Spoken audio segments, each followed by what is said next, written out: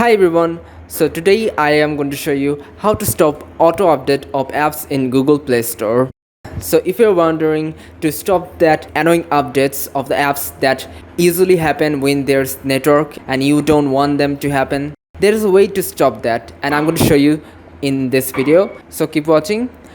So first of all, connect to Wi-Fi or any other network that you use. Now I'm going to connect to my Wi-Fi.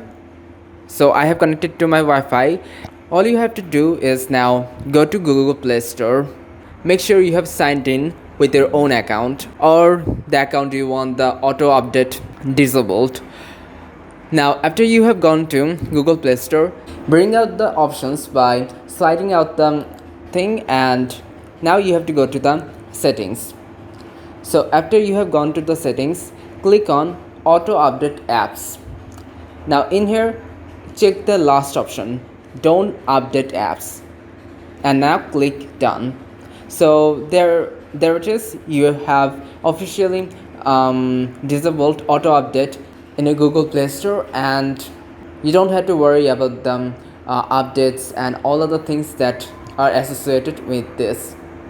So thank you everybody for watching this video, and I will see you in the next video. Bye.